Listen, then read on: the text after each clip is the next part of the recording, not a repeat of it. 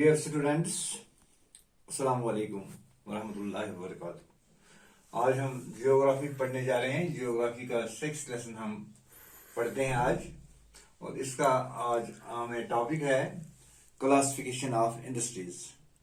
क्योंकि हम manufacturing industries पढ़ रहे हैं, तो इसी में से एक सब टॉपिक है इसका क्लासिफिकेशन ऑफ इंडस्ट्रीज की। इंडस्ट्रीज को कैसे हम क्लासिफाई कर सकते हैं, इंडस्ट्रीज के मुख्तलिफ किस्में हैं। तो मैं पहले बता दूंगा आपको, जो मैन्युफैक्चरिंग जो है, जो इंडस्ट्रीज जो है, ये क्या, इनसे क्या फायदा है मुल्क को। The economic strength of a country is depend upon the development of manufacturing industries. जब हम इंडस्ट्रीज को मैन्युफैक्चर करते हैं तो इससे हमारी जो इकोनॉमिक डेवलपमेंट है बढ़ जाती है, हमारी इक्तिसादियत जो है बढ़ जाती है, हमारा मुल्क प्रॉस्परस हो जाता है इन इंडस्ट्री से। क्योंकि इंडस्ट्री में जो काम होता है वो बहुत तेज रफ्तार से किया जाता है। इंडस्ट्रियल डेवलपमेंट जो है, इसकी प्री कंडीशन जो होती है, जो इसको पहले जो हम कहते हैं कि इसका मतलब क्या कंडीशन होती है, eradication of employment, eradication of employment करती है। इसमें एक अहम रोल अदा करती है इंडस्ट्रीज, कि बहुत सारे लोग जो है इंडस्ट्री में काम करते हैं, और इस तरह से पॉवर्टी का भी खात्मा हो जाता है, पॉवर्टी खत्म हो जाती है।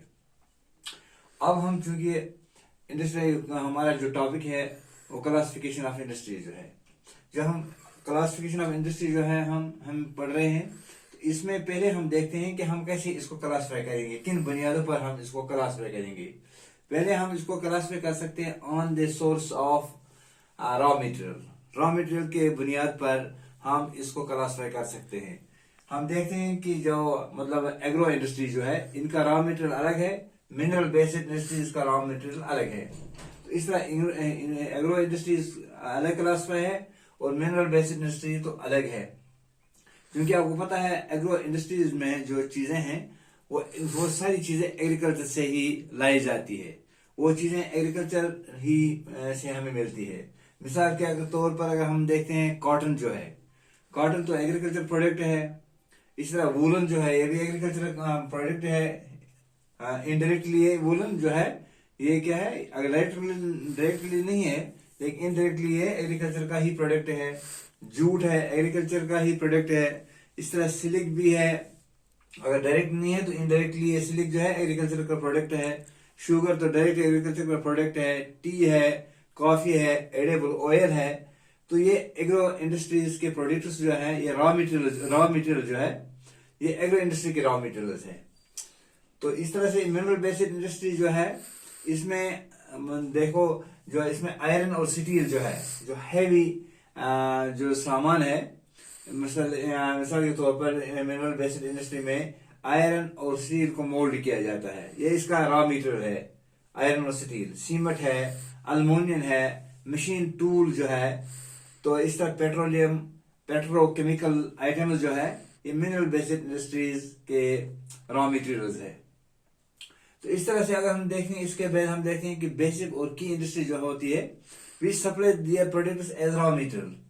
बेसिक इंडस्ट्री जो होती है, जो की इंडस्ट्री है, तो वो सप्लाई जो करती है प्रोडक्ट्स अपने, वो एज रॉ मटेरियल ही करते हैं। तो मैन्युफैक्चर अदर गुड्स, उसके बाद हम अदर गुड्स को बनाते हैं।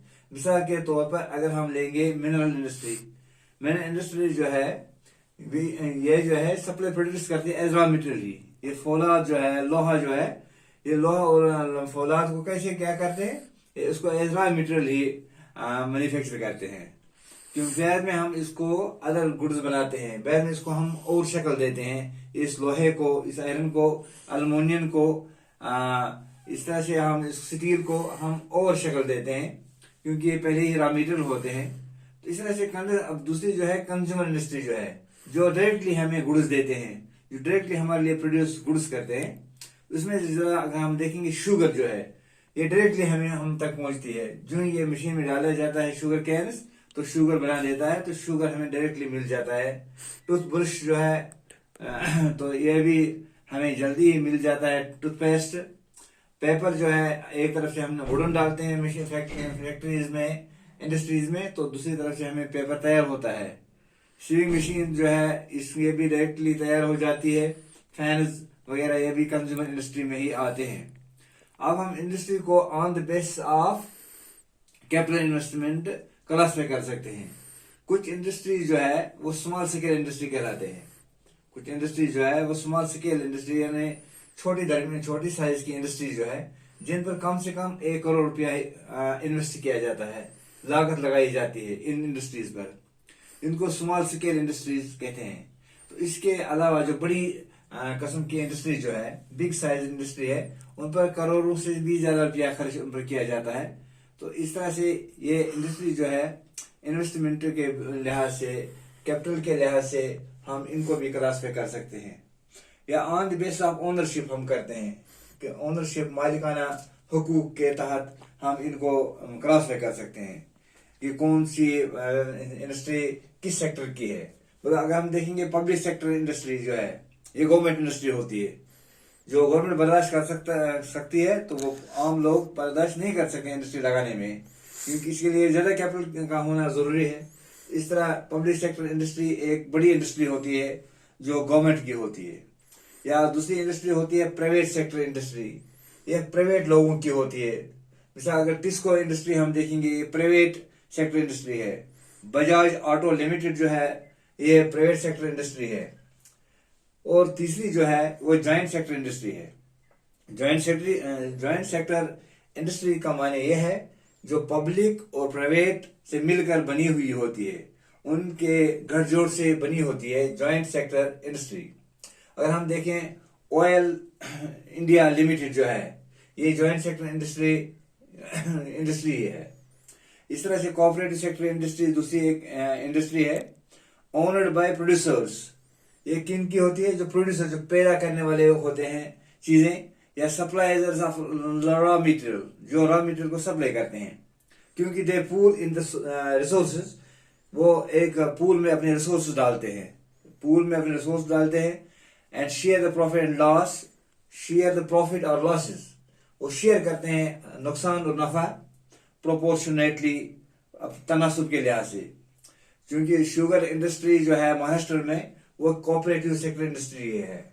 इस तरह क्वायर इंडस्ट्री है करेला में, वो भी कोऑपरेटिव सेक्टर इंडस्ट्री है। तो हिंदुस्तान में एक ऐसी इंडस्ट्री है जो सबसे बड़ी इंडस्ट्री है, उसको कहते हैं टेक्सटाइल इंडस्ट्री, जो कपड़े बनाती है। इसको एक यूनिक पोजीशन है हिंदुस्तान की इकोनॉमी में। जो टेक्सटाइल इंडस्ट्री जो है, it has unique position in Indian economy. इसको क्यों पोजीशन है इकोनॉमी में? वजह क्या है टेक्सटाइल इंडस्ट्री को? It contribute significantly to industrial products. ये इंडस्ट्रियल प्रोडक्ट को मतलब नुमाया तौर पर चीजों को बनाते हैं। दूसरी चीज ये है कि एम्प्लॉयमेंट जनरेशन करती है। इस टेक्सटाइल इंडस्ट्री में लाखों लोग काम करते हैं, लाखों लोगों का रोजगार बनता है इस इंडस्ट्री से, और इसका यह फायदा है। और तीसरी अहम चीज यह है कि फॉरेन एक्सचेंज अर्निंग्स जो करती है, हम यहाँ से इसको एक्सपोर्ट करते हैं टेक्सटाइल्स को बाहर के मुल्कों में, तो इस तरह से हमें एक्सचेंज अर्निंग्स मिलते हैं, वहां से हमें और चीजें मिलती है। इस की वजह से, इस इंडस्ट्री की वजह से हम और कमाते हैं इससे, कि वहां से हम और चीजें इंपोर्ट करते हैं। तो इस तरह से इसका एक अहम रोल है।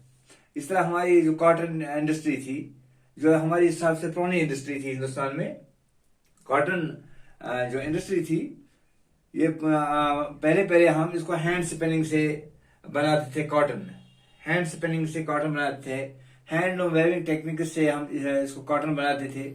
लेकिन 18वीं सदी के बाद पावर लूम जो है यहाँ पर आ गया, यहाँ इस्तेमाल में लाया गया। Power loom came into the use, our traditional industry suffered a setback. हमारी जो यहाँ पर जो इंडस्ट्री थी, इसको एक दचका मिला, क्योंकि हमारी इंडस्ट्री जो थी ये कम्पीट न कर सकी मार्केट में। जो इंग्लैंड से मिल क्लॉथ्स यहाँ आते थे, तो उनसे ये कम्पीट नहीं कर पाती थी, क्योंकि यहाँ पर उस वक्त यहाँ पर हिंदुस्तान जो थी एक कॉलोनी थी। कॉलोनी जब ये थी, तो इंग्लैंड से चीजें वहाँ यहाँ लाए जाते थे, यहाँ से रॉ मटेरियल वहाँ भेजा जाता था, और वहां से जो चीजें देते थे वो बहुत महंगे होते थे, लेकिन क्वालिटी वाले होते थे। इस तरह से जो यहाँ की चीजें जो है, वो उनके साथ कंपीट नहीं कर पाते थे। तो इस तरह से आज का सबक जो है क्लासिफिकेशन ऑफ इंडस्ट्री, ये यहाँ से ही खत्म हो रहा है। बाकी आप किताब से भी आप इसका मुताला और कर सकते हैं।